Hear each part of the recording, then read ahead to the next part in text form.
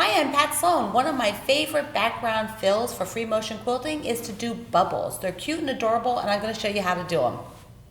First, I want to show you what bubbles look like on paper because it's a lot easier to do it here than until you go to the machine. So basically, I'm doing large bubbles, maybe medium bubbles, and you're coming back around. And when I'm sewing, I might try to put some little ones in like this, and then maybe I make a big one and another smaller one and then a big one, and you're filling in. What I want to do is create texture with them, and they overlap. I might scoot around and come back. Might do another big one here. Maybe I'll go all the way around because I want to put another here. And you're just playing. You're just building. It's almost like soap bubbles. You're just building as you go. And this is what you're also going to do on fabric, which I'm going to show you next.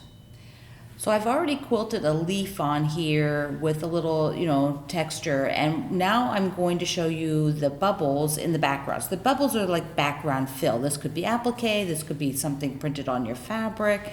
And so the bubbles, I'm going to do multiple sizes. I've got one started. Now the thing is, when you're doing bubbles, you're not trying to go right on the line all the time. I think everybody gets crazy. They're like, oh, I need to quilt right on the edge. Well, you don't. It's like sketching. You might hit the edge. You might go around. Your bubbles might be a little bit more oval, a little bit more organic.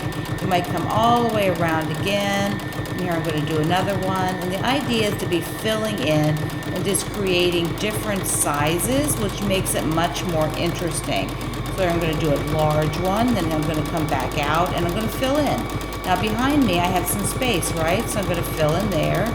And then pick another one here, and here will be a slightly larger one again, and I'm going to fill in with a small one and then come down and build another small one.